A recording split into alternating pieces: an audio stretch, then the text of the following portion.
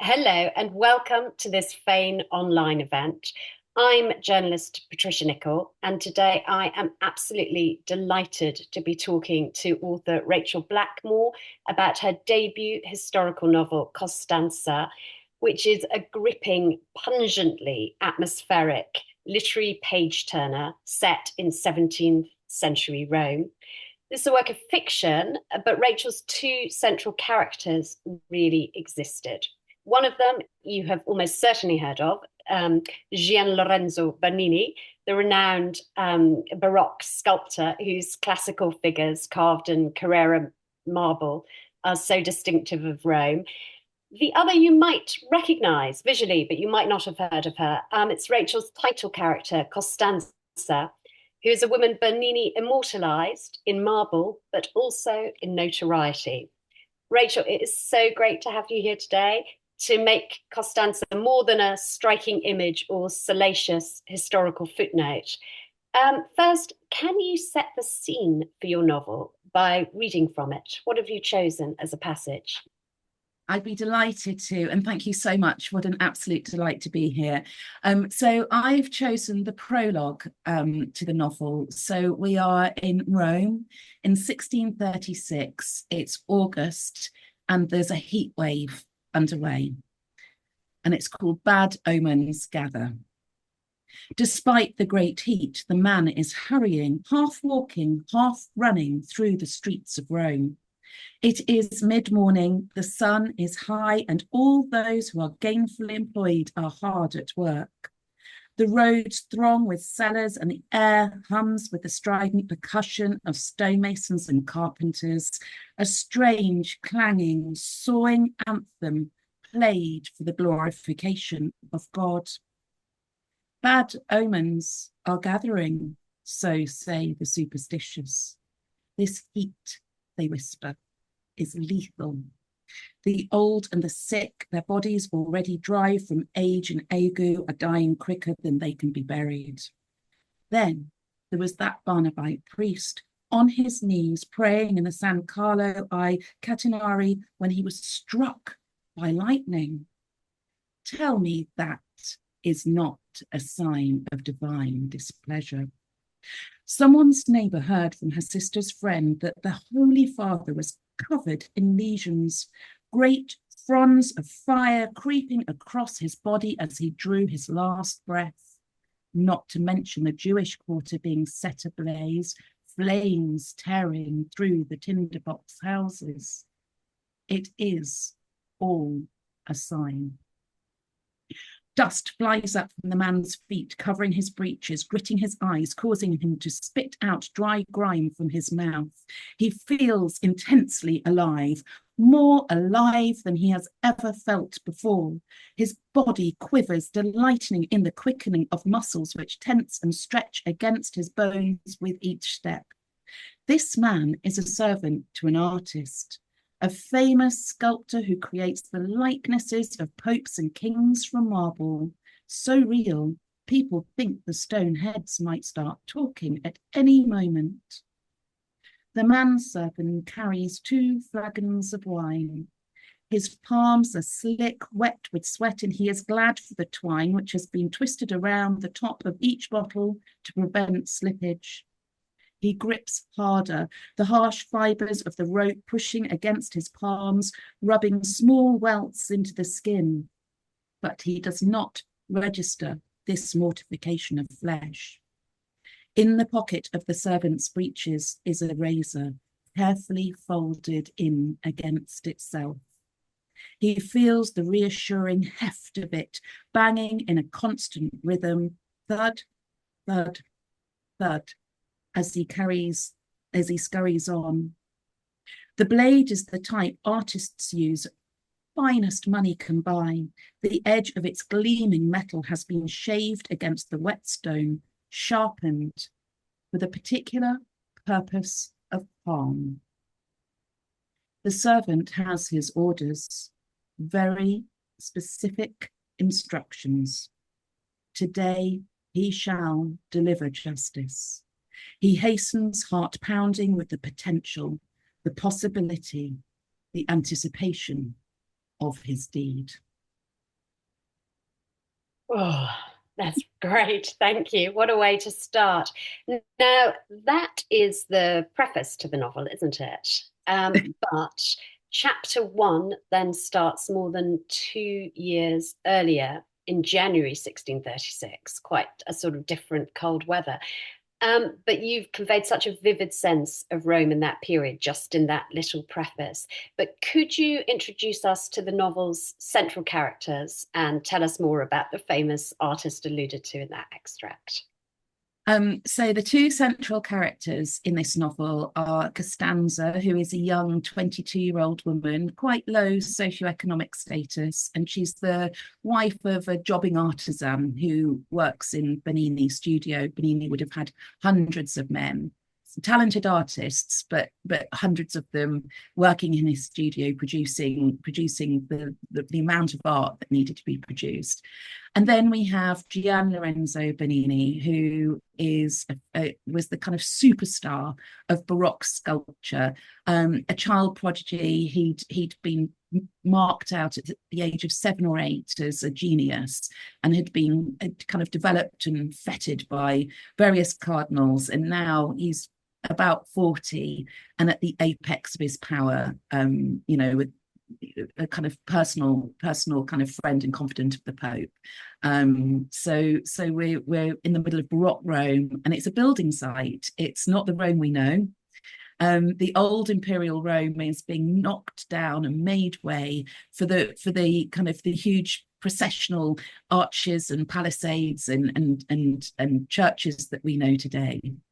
And is Rome a powerful place in that time? I mean, obviously, Rome's power has kind of dimmed and sort of waxed over the centuries. Is this a powerful period for Rome? Who's in charge? How's the church doing? Where does power lie? So this is a really critical moment for the Catholic Church. So in the previous century, we saw the Protestant Reformation sweep across Europe, and we saw a number of states, jurisdictions, countries turning Protestant. We had our own travails in England with King Henry VIII. But the Catholic Church realised that in order to assert its power and authority, which had been unquestioned for centuries, it needed to do something spectacular.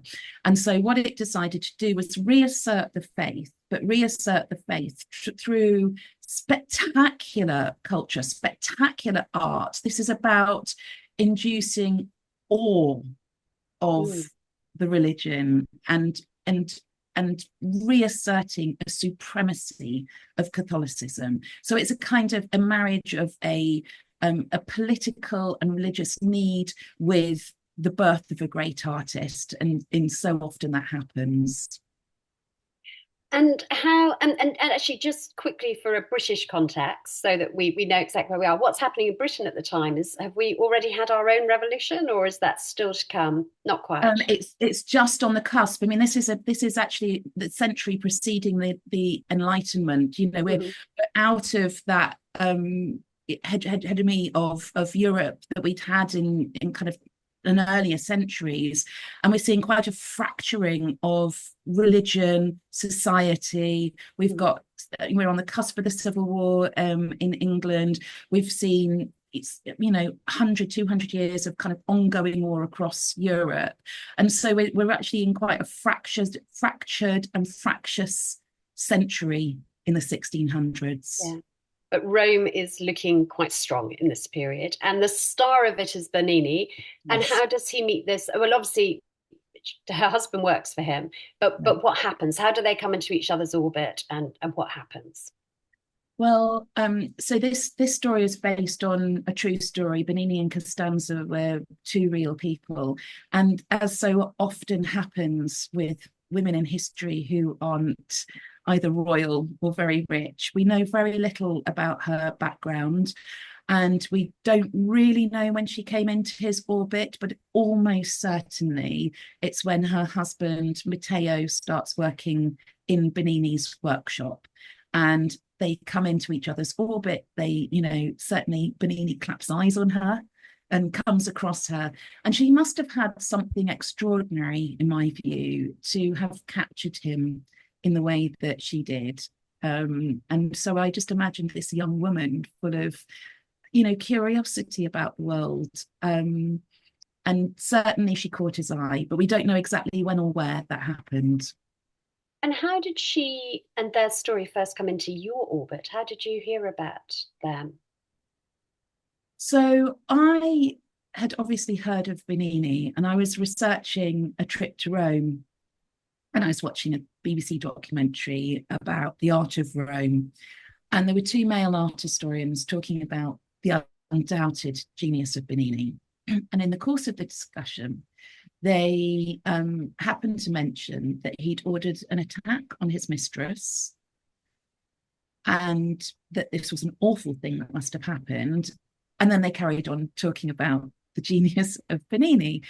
And I became haunted by this anonymous woman. She wasn't even afforded a name, which is why I really wanted the novel title to be Costanza, to restore her name to her. And I went away and I started researching her story, and it was the most extraordinary story. And I felt very much that she was a footnote in every book I read about Bernini, and she deserved to be more than a footnote. And she's a footnote as a name, but she's not as an image, is she? She's not as a visual character in this story. No, so her image that Bernini sculpted is significant in art history for a number of reasons. First of all, Bernini made hundreds of sculptures in his lifetime, and he only made one that was not commissioned. So he only made one that he didn't earn money from. And the one sculpture that he wasn't commissioned was the image that he made of Costanza. And second of all, female portraiture, marble portraiture in this period was very rare. Often it was of women who, either Greek goddesses or people who died or saints. It was very rare for a living woman to be captured in marble. And if she was, it followed very, very strict models of decorum. So the way that you portrayed women was very staid and followed very strict rules. And then along comes this portrait of Costanza, and she looks as if she's just about to deliver a witty riposte or give him a piece of her mind. And she is head slightly turned, mouth slightly open, which was scandalous in the Baroque period. I mean, it was very sexy for someone to show their teeth in this way. And not only that, she's actually portrayed only with a chemise on, and that is half undone. And we kind of get this glimpse of her voluptuous figure as well. So it was an extraordinary portrait that broke all the rules of female portraiture and wasn't commissioned. And it set a new standard for how women were depicted in marble portraiture. So in its own right, it has a lot of significance, and also how it came about as well. And did people know about it? I mean, was it something that he kept privately, or was it something that went on display? So definitely people knew about it because we've got contemporary records of people saying, oh, well, this is the portrait of the woman that Bernini lost his mind over, so we know that people knew about it. We know that people were tracking where it went. And he actually sold it a couple of years after the events of the novel. He got rid of it, basically. So it didn't stay with him, but luckily it stayed in good hands, and we still have her image today. And where is it now? It's in Florence, not in Rome. So if you want to go and see her and you want to go and see everything in the novel, unfortunately, you have to do Rome and Florence. What a I hardship. know, such a tragedy. And so I've sort of gone ahead a bit there, but he sculpted this because I mean, it's clear from they had become lovers, hadn't they? Yeah. And that is something that your novel. But when you were working, did you work with images? Because so much of the character, this is such a vivid novel. It's such a kind of pungent, atmospheric piece of storytelling. You really, it's a very hungry novel. It's a novel of appetite and sensuous. You feel cloth, you see color, you kind of smell the sense of these streets. Did you work from images when you were working?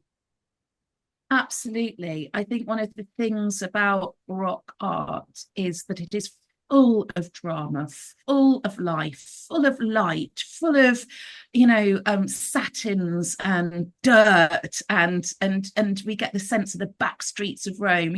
We've moved away from this idealized depiction of saints and heaven and God, and we've become real people. When Caravaggio paints the Madonna, she is a real young woman standing on the streets of Rome with the barefooted pilgrim. And so I spent a lot of time looking at the art of the period, and really, because for the first time, ordinary people were used as models in Baroque art.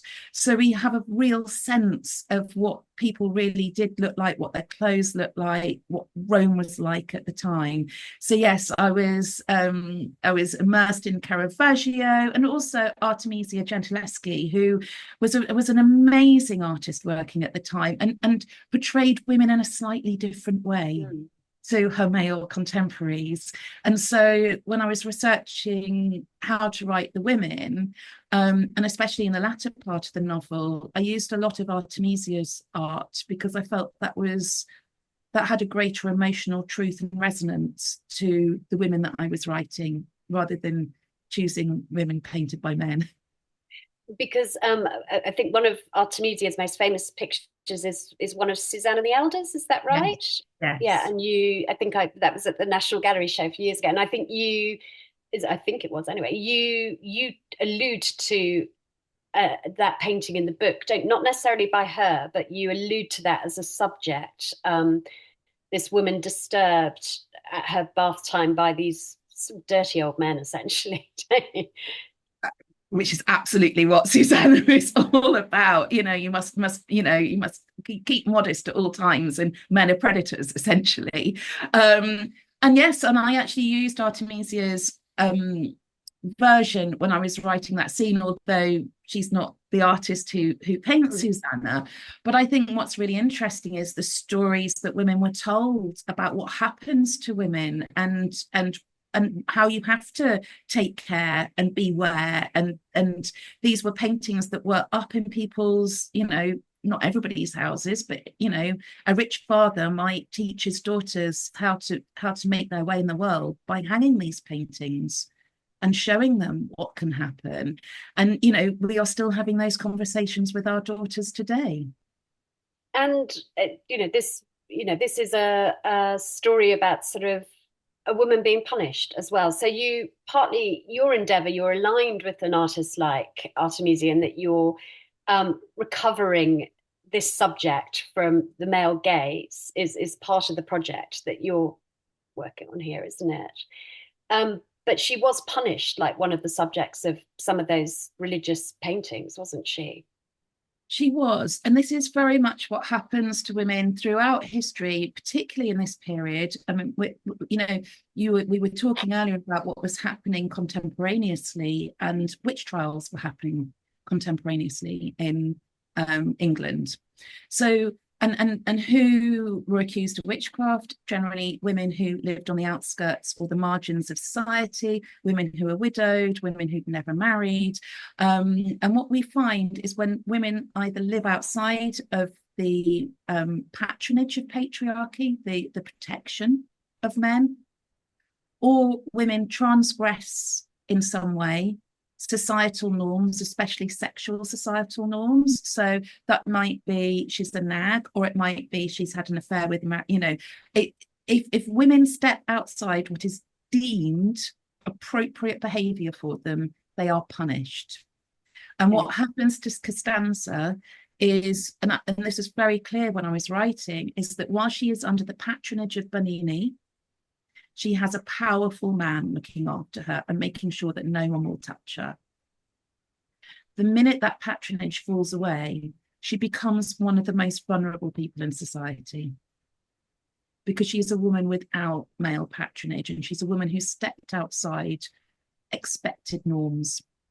And we've also got a church that's reasserting its authority and reasserting not only its political and power, but also its moral authority over the citizens of Rome. And at least some of what happened, and we don't want to give it all away, but at least some of what happened is a matter of historical record. So she has this affair, things go wrong, she is punished. I mean, you know that is alluded to in the passage that you read. How is she punished, and what does that signify? So it is a matter of record that she was facially disfigured, and that's what the knife is in the prologue. And this was a really common way to mark women, especially women who transgress sexually. So we often find women who've had affairs, sex workers, are very publicly marked so that other men will know not to touch them, and that they're not, you know, that they've stepped outside the boundaries. I'm sort of aware of myself maybe wincing while we're talking, because some of, you know, they would cut off noses and things like that, wouldn't they? Yeah, it was, and it's a punishment that goes back to biblical times. You know, it's a punishment that was put upon a sex worker in biblical times, and it goes right through. We've got skull markings of women in the 600 700 AD. So this is you know, millennia old way to punish women who step out of line. And it was really common in Rome in this period, so much so that there were rules about it. And if the barber surgeon goes to treat somebody, they have to report it. So it wasn't necessarily accepted by the authorities, but it was known that it went on, and it was certainly a societal kind of way of marking women. And it's clear that you obviously did so much research work, or you already had so much knowledge to bring to this book. But were there contemporary references that inspired you as well? Contemporary stories of women and misogynistic punishment? I think very much.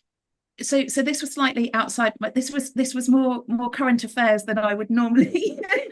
I'm slightly earlier in terms of where I've spent the majority of my time working, but I was really lucky that a female academic had done a lot of work on Costanza, because she researches Bernini, and she'd written a brilliant book that not only told us Costanza's story, but she'd done a lot of work on how women lived and what women's lives were like in that period. So she'd looked at all the occupations of the households who lived on Costanza's road. So we know what kind of district and neighborhood she lived in, and again, you know, the art of the period is of ordinary people. I'm quite transfixed really by some of the women who appear in some of these portraits, who were definitely sex workers, who were definitely, you know, women who were just plucked off the street. And I think there's something very powerful about looking at a woman 400, 500 years ago and seeing her, truly seeing her. Mm. And how well did you know Rome as I know that you said that you started researching this because you were going to Rome. Did you get to Rome? And by the time you got there, was the book in mind? So I'd heard the story. I got on a plane. It was 3 weeks, we didn't know, from lockdown. And they were temperature checking us as we walked through the airport in Rome. So we were really lucky to get away. Were you part of that February sort of half term? February half term, yeah. Which was a super spreading event, I feel. Exactly. Yeah. And I came back, and it was actually the merger of another young woman, Sarah Everard, that really prompted me to sit down and write this book. We were in lockdown, and a friend of mine organised a socially distanced vigil in our local park, not one of the big ones, just it was only about 15 women. And we gathered together, and there must have been 60 years between the youngest and the oldest gathered in that park that day.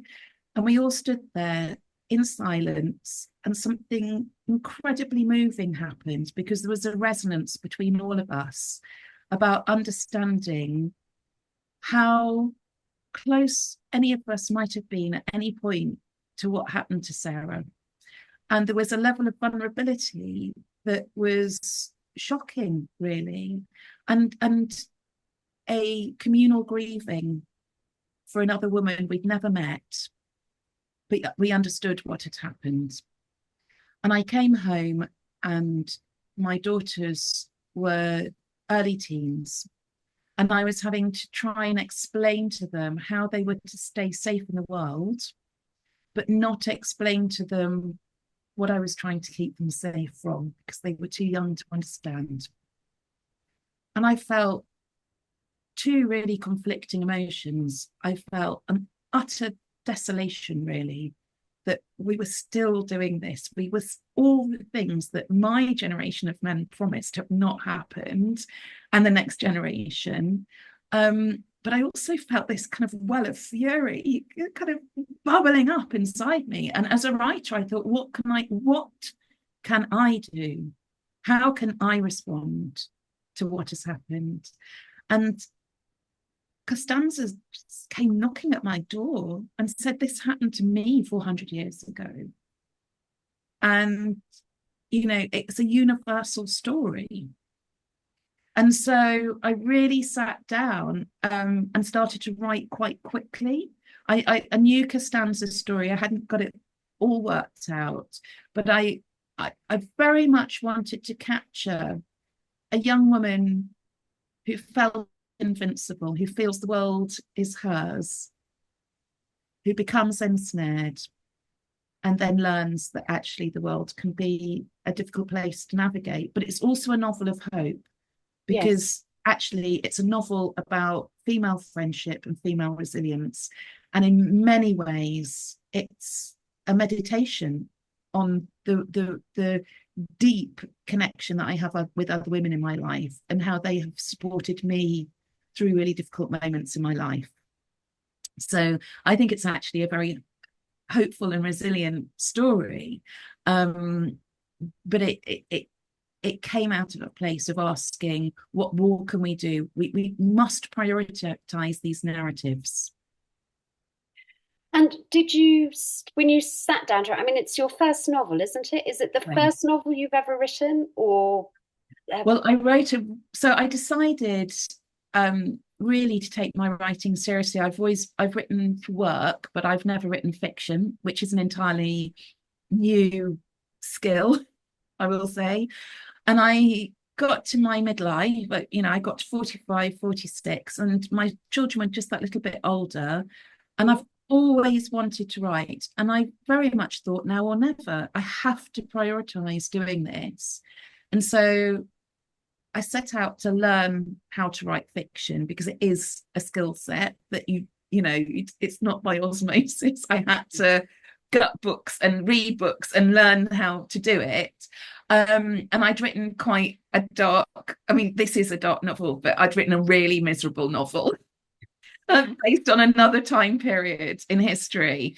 And as we went into lockdown, I just thought, this is so awful and miserable and unrelenting. Absolutely nobody's going to want to read it after lockdown.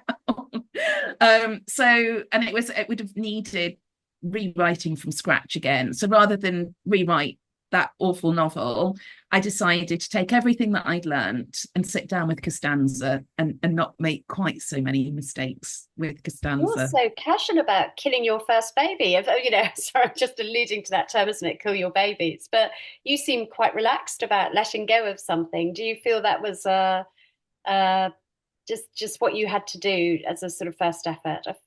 Definitely. I mean, it really is dark. I mean, it's set in the Second World War, and it's very dark. It's again based on a true story. It was based on my grandmother's story, actually. But I think when you're writing and when you're in a creative practice, you have to go to the place that you feel really emotional and creative and a spark. And when I was writing Costanza, I felt a much, much deeper level of connection.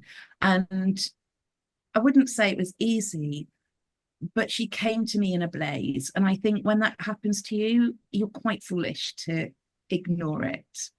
So you said earlier she sort of came knocking at your door, Yeah. and you talked about her coming in a blaze. One of the things that's interesting, just to go back to the novel, is how you convey the idea that people really believed in humors then, didn't they? They really believed that we were informed by these elements, elemental things.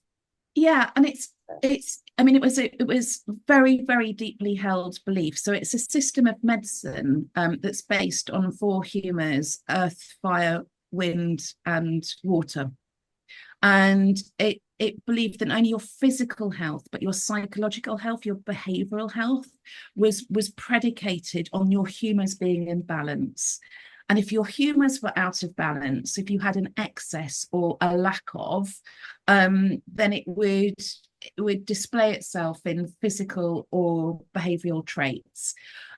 But what that actually means is it's a great big get out of jail free card, because, if you go around behaving really abominably, like Bernini did, arguably, And you're powerful.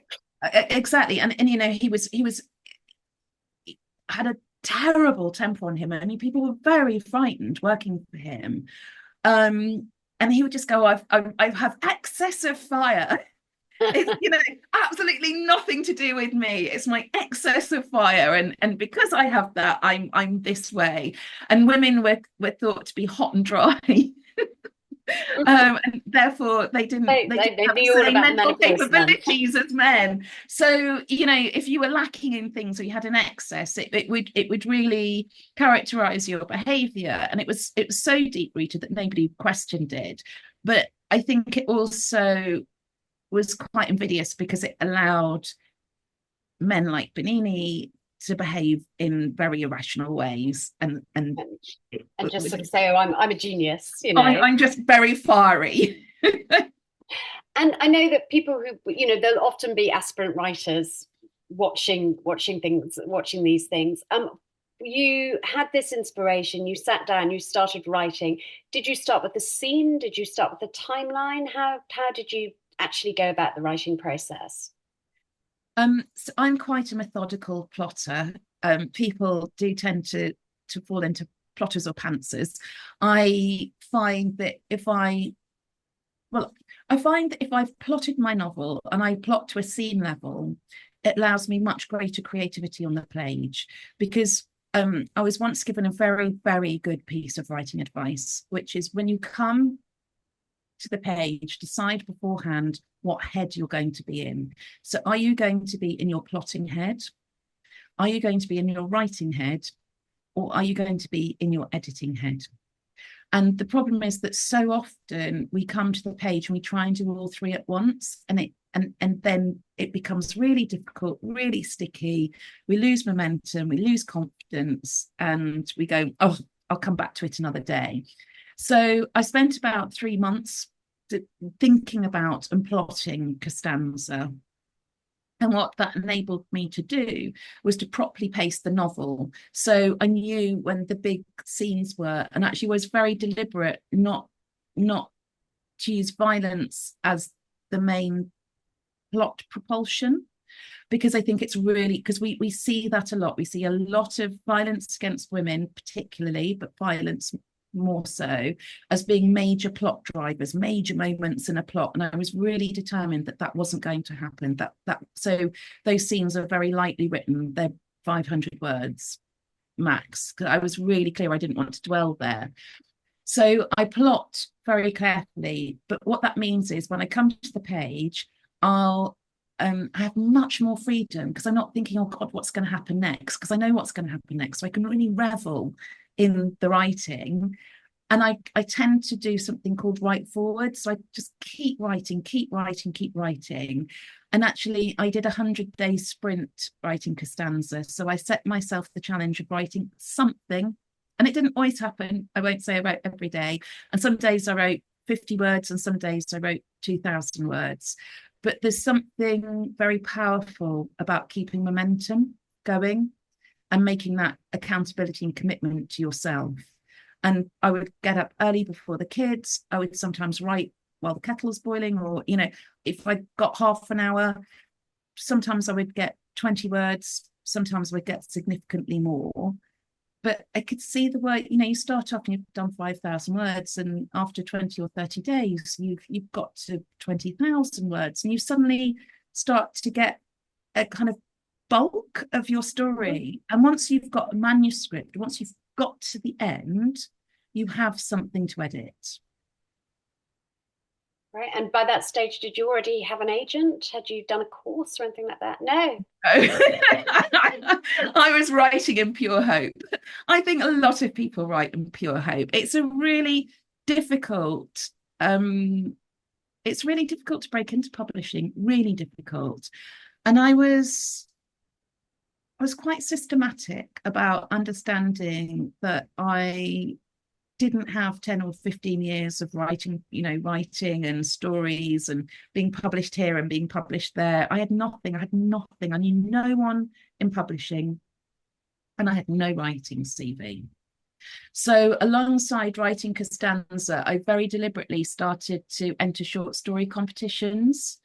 And I targeted a lot of short story competitions, and I was lucky enough to get placed in a couple. But there were lots more that I didn't hear a peep from. And the same with novel competitions. I started just sending Costanza off, to all the novel competitions.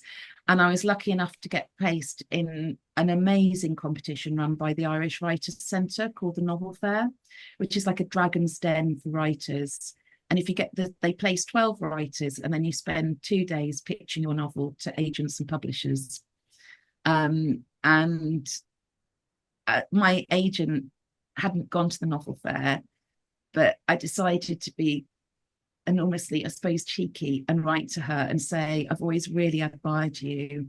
You're somebody I've always would love to be represented by. I know you don't normally represent historical fiction, but hear me out, because it's a story that's different. This is a story that's got, current relevance. And so in terms of my own publishing story, and every writer has there's no one way to get into publishing, but I very much held in my heart, really, something that Jessie Burton once said on a live that I watched. And she said, the people who get published are the people who just keep going. That's very good. Yeah, which she definitely did. Yeah. And why that particular agent? Who does she publish? Normally, people are drawn to agents because they like who else they publish, or what was it that drew you to?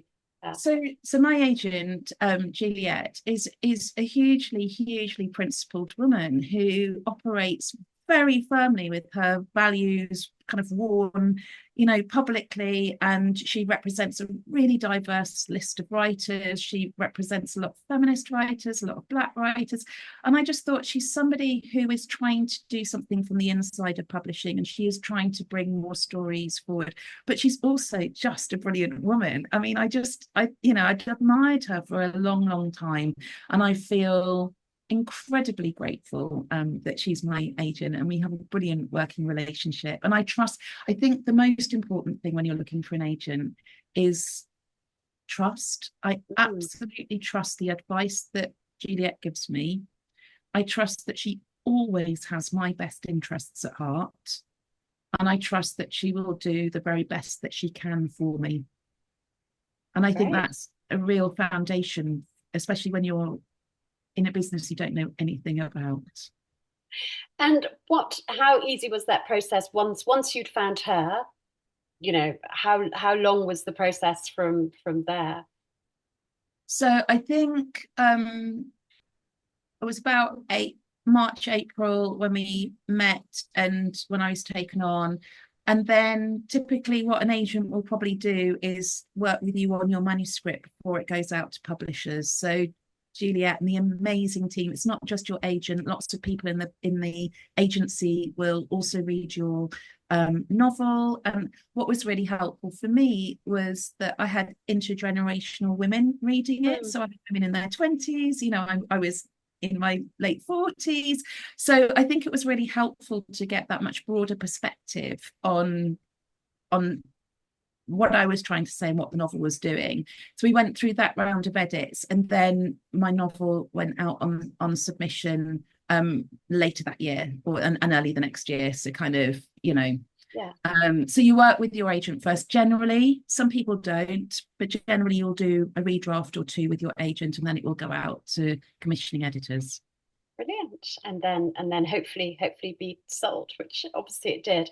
And you, I mean, you talk about younger women. Obviously, she is a younger woman. Yeah. You were doing this in your late 40s. Am I right that you also got made redundant in that period? Did I read that? Or you took redundancies, No, maybe more, maybe no, more. well, no, I was made redundant. Yeah, I mean, I was in the middle of lockdown. I was solo parenting three children. I'd given a lot of myself to a big job. And I think that was one of the reasons that I thought now or never. And it was probably quite a foolhardy thing to do had it not paid off. Um, but I think there were just moments where what I didn't want to do was to get much further along in my life, if I'm granted much further along in my life, and have that regret that I just never Mm, did it and never knew. At least if I written my novel and sent it out and it hadn't got anywhere, I knew that I'd given it a go. I didn't want to not give it a go. And so I really prioritized doing it, and doing it to the best of my ability.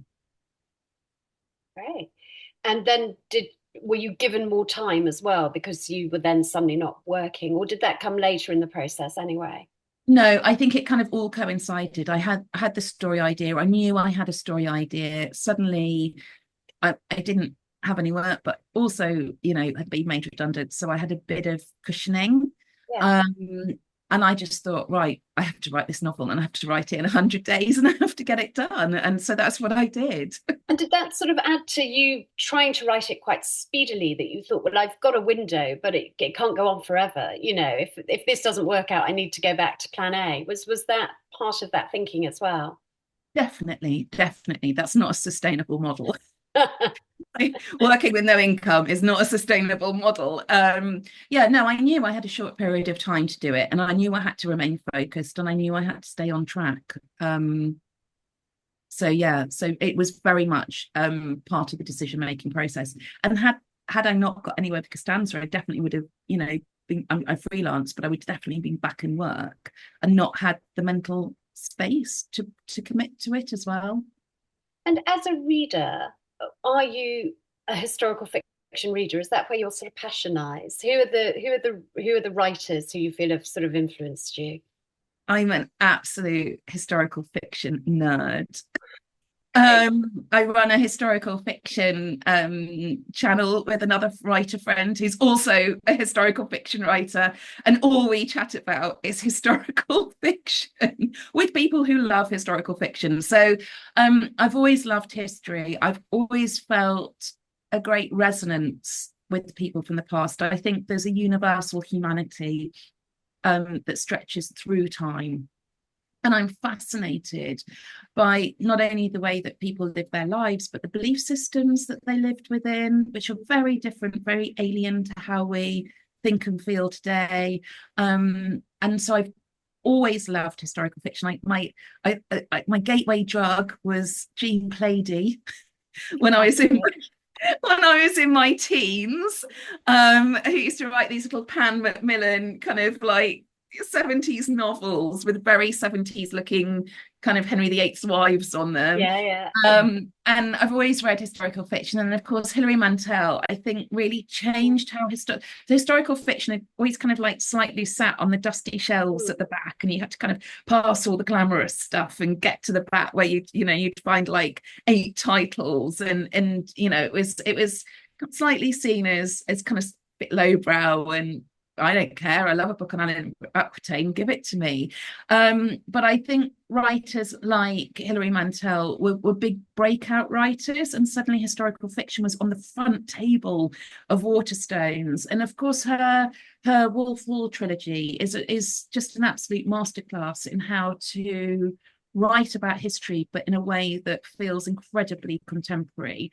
And since then, we've had writers like Maggie O'Farrell, who, again, people are picking up her books and loving them, but not necessarily thinking, I'm reading a historical fiction book, which is what I think people thought about in the past. And I would hope that Costanza follows in that tradition, that it is a historical fiction novel, but very much talking about contemporary issues, and using the past to do so.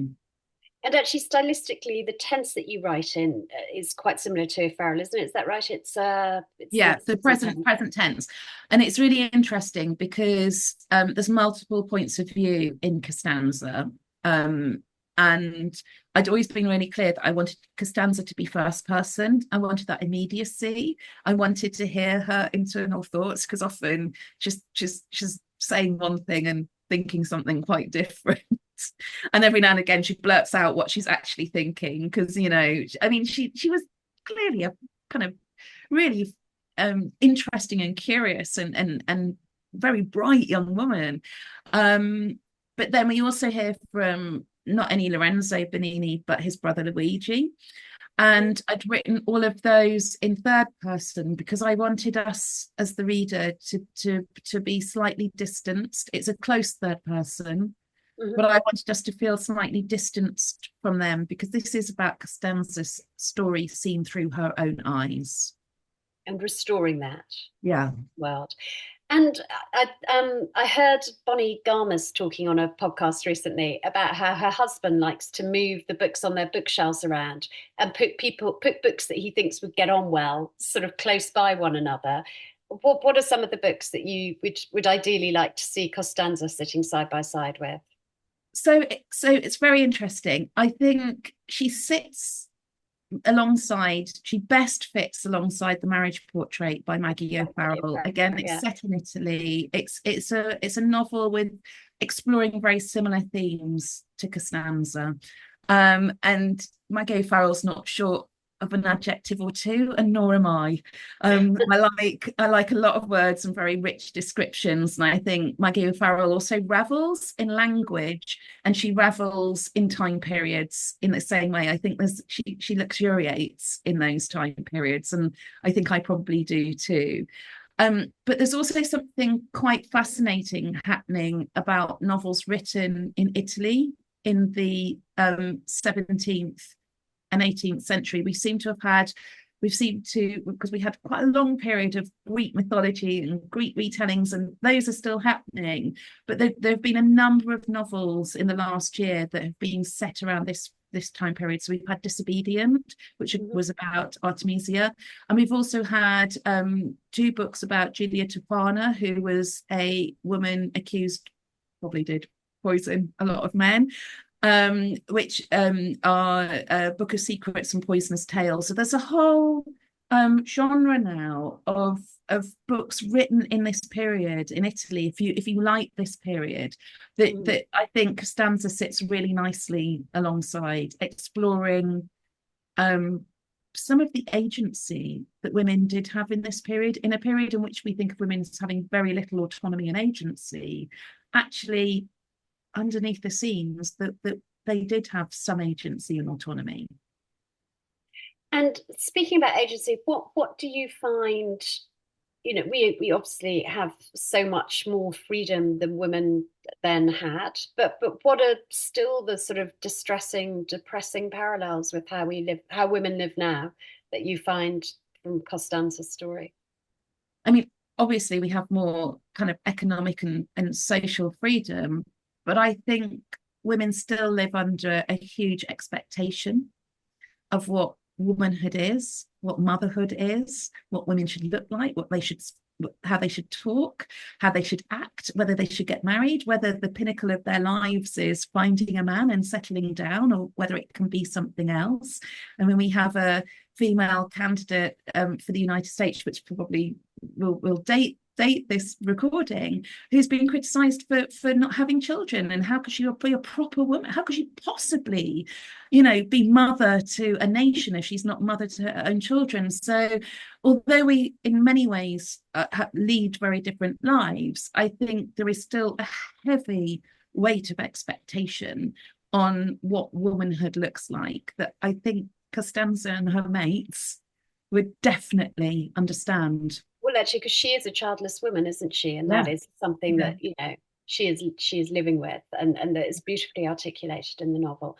And also, I think you spoke to young women today about, as part of your research, about sort of how they feel about images of them being out in the world without them necessarily having permission. Is that right? That's right. And I think so. I had to think really carefully about Costanza's reaction to that image of her.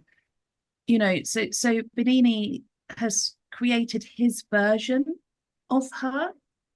It's not her, it's her through his eyes, how he's idealized her. And he's captured one moment for eternity. But it was a really shocking, scandalous, private portrait. And it was a private image. Even there's lots of art historians that are like, oh, it's like they've just, risen from bed with each other, and it was a private moment that Yeah. he shared. And I think She's a married woman. I mean, and that's she's a married woman. She had no control over how that image was presented to the world and what it said about her. And it says something that even 400 years later is still being said about her. And I wanted to write that scene as if he had shared an intimate moment, portrait, picture that was not his to share. And there are a lot of parallels with particularly, I mean, it does happen to young men, but particularly young women who find that images of them are shared without consent. And it's a life-changing experience. It's a life-changing experience. And I think that may have been how she felt. I don't know. We don't know. But I felt that there was something in the sharing of that image that was not his to share. And for older women, I think your book conveys really strongly how sort of life dries up. How once you're past your childbearing years, in the 17th century, your purpose might be considered spent. You're a sort of liability. Do you think, how does that compare today? As somebody who's just launching a literary career, I At the believe age I'm of past 50. 50. um, Again, it's about your usefulness within society, isn't it? But I think also older women develop a bravery and a courage and a voice and an understanding and an empathy with their younger sisters that isn't always welcome when you were younger, but you persist anyway when you're older, because that's also your role, is to support and help other women who have not yet the life experience that you have. And partly writing this book was my life experience of being a woman and putting it into this book. And so I really wanted to explore the fact that they may not seem like they have a use in society if their only use is whether they can produce children or not. But actually, in this complex network of female friendships and female support, they play a critical role, an absolutely critical role. They're really, really, really important and valued. And so I kind of wanted to break that idea and show these women as having deep value within their own societal networks. Because although what happened, and I don't want to give away, I guess, a lot of plot that people won't know, and they should read the novel to find out. But something very, very cruel happens to her, but also she is borne up by some amazing women who behave with incredible compassion and kindness. Is the case, isn't it? I think so, and I think very often people who've had terrible things happen to them have a much greater empathy with the world and a much greater acceptance that these things do happen and they can be someone's fault or they could be no one's fault, and actually that doesn't help either, and that you have to march forward and look forward. And so, as I said at the top of the interview, I really sadly lost two women who were very close to me in the writing of this book, who had been great supports in my life. So I had this kind of moment of grief over female friendships. And the latter part of the book is very much a meditation on that empathy and resilience and strength that women show. And especially that moment where your life is really falling apart, and then somebody goes, right, come on, we get up, we're going out, or we're going to do this, or I'm coming round with a cup of tea, or the women who arrive on your doorstep and will do not allow you to sink under. And that's who those women are, and that's what they represent from my life. Mm-hmm. Right. And does the book have a life in Italy? Is it being published in Italy? It is. I am so delighted. Costanza is. I think she's coming out later in August in Italy. So I had the immense pleasure of working with an Italian editor, which is quite a daunting thing when you're an Anglo-Saxon Northern European writer to have taken on. I mean, thank goodness that I took on Baroque Rome, so it's like it doesn't exist anymore in that sense of like this is a world that doesn't exist. But they were amazing and real attention to detail, and picked up some things that culturally had got wrong, like having oil for breakfast instead of butter and things like that. So it was a really, really amazing opportunity to work and make sure that novel felt real for an Italian audience and Italian readership as well. Do they have oil or do they have butter? They have oil and not butter. In the south, but presumably in the north. Well, in Rome, but also they were drinking a lot of brandy, and it all got changed to grappa. Very good. And so it comes out. And have you therefore revisited Rome as an author who's now walking these streets with a kind of sense of ownership almost? No, I haven't been back. And I did most of my research in lockdown I did online. So I've been to Rome a couple of times before. And then amazingly, you can walk along streets and you can go on tours around churches and you can sit and stare at Caravaggios. So I spent a lot of time in lockdown walking the streets of Rome, which was amazing. But I haven't been back yet. So I'm really looking forward to going back. But my next novel's set in Deptford, which is just down the road. So I'm really immersed in Tudor Deptford now.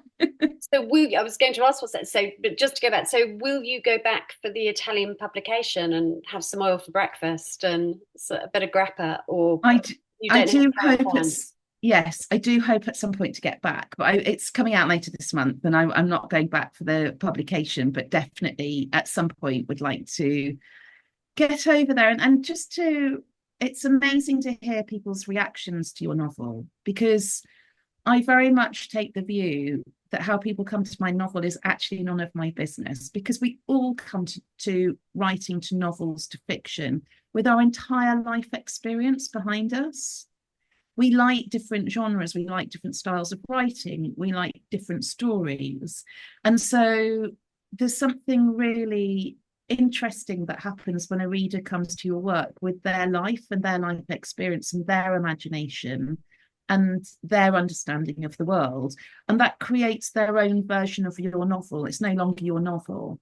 And so that's what's most interesting to me, is when people replay back what they took from the novel, which is not necessarily where I started in writing the novel. And so you just alluded to it, and I'm coming back to it. What's next for you? So I was really lucky that Dialogue, my publishers, I published under Renegade, which is their commercial imprint, wanted 2 books.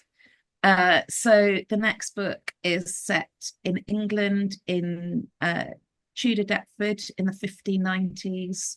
It's a time of crisis, a time of lockdown, a time of a faltering government and an aging monarch. And it's another real woman whose story has not yet been explored properly.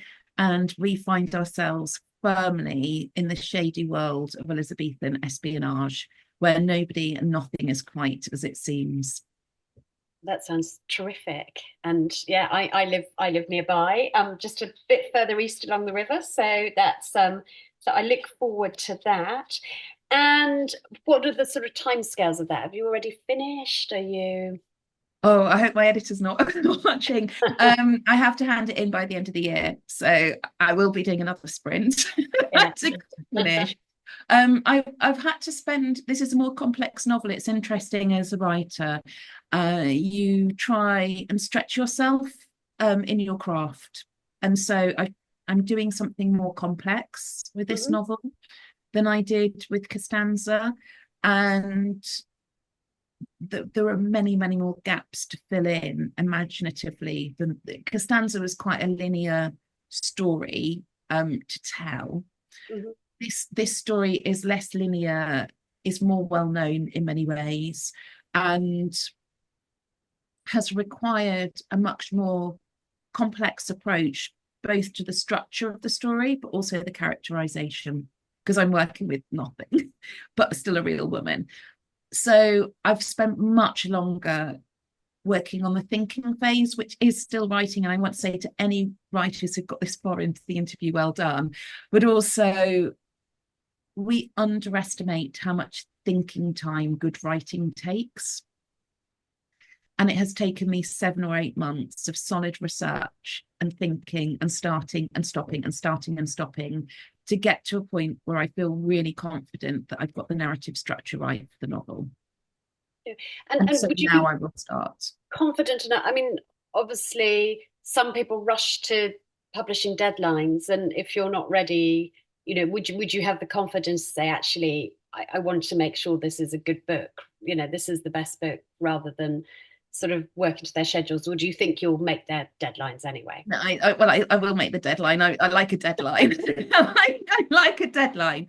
Um, I think you have to be careful. I think if you really know that it's not ready or the idea isn't working in on paper, and there's this that terrible moment for a writer where you have this perfectly formed story in your head, and then you transfer it to paper, and something happens, and it's not quite as brilliant on paper as it was in your head, and that's where a good editing process comes in. So I think if you really know it's not working, you have to say. But equally, could I go back to Costanza and edit and do more? Absolutely. And I think it's that. I think it's also having the confidence to say this is where I'm going to get to with this story, and then I will have another story to tell and another story. The goal is not perfection. The goal is a great story, and they're two different things. You can have brilliant writing and a not very good story, and it won't work. You can have, I'm not saying not brilliant writing, but it's the story that has to work. And if your story works, then you've got to keep pushing through. And as you send Costanza out into the world, what do you hope for her? What's your most sincere hope for her? My overriding reaction or response to sending Costanza into the world, and as I say, I've been really clear that kind of the critical reception that she gets by readers or anybody else is kind of their business. Like, my job here is done. I wrote the novel. How it's received is not. I live by a saying, which is, I can't control the wind, or I can only adjust my sails. And how people react to my book is definitely, the wind blowing, and I just have to chart that course. But my overriding emotion really has been what an absolute privilege it's been to tell this phenomenal woman's story. She was a real woman. She really did live. This really did happen to her. And she was an incredible, phenomenal woman who showed enormous resilience and understanding of life and navigating her way in the winds. And my overwhelming really thought now is just what an experience it's been and a privilege it has been to write her story. And are you now a full-time writer? No, I'm afraid not. There are very, very few, even, people you see on bestseller lists and people you see on this table at Waterstones. There are very few Mhm. full-time writers who are working at fiction full-time. Many, many of us are freelancing or working in other jobs, and that's perfectly normal and what writers do. So I think there's sometimes this kind of like golden image of us all just writing full-time in our garrets, but we're also sorting out the Wi-Fi and cooking dinner and driving kids to rugby practice. So for anybody who's kind of struggling to find time for their writing, it is just sometimes the kids have pesto and the washing isn't done, and you just have to prioritize doing the writing over some of the other day-to-day life. That's how Would it you, gets done. There isn't a secret. Messy you would houses and kids recommend, eating baked potatoes. if you want to do it, you have to do it, don't you? Yeah. Yeah, yeah. And is there anything else? Is there anything else that you think we should cover or that you think people would want to know? No, I mean, I suppose if somebody is thinking about writing, I would just come back to that idea that you just have to keep going. I received a lot of rejections in my story to publication, and sometimes people don't hear that. You hear the the unicorn story of like the first time writer who gets a book deal and everything else. And actually, there's just a lot of keep putting your work out there, keep being brave, keep sharing your work, because your readership, you will find your readers. Great. And they are beginning to find you. I've already seen some fantastic reviews and images of the book and bookshelf and things like that. So fantastic. And thank you very much, Rachel Blackmore, for talking to us today about Costanza for this Fane virtual event. Thank you.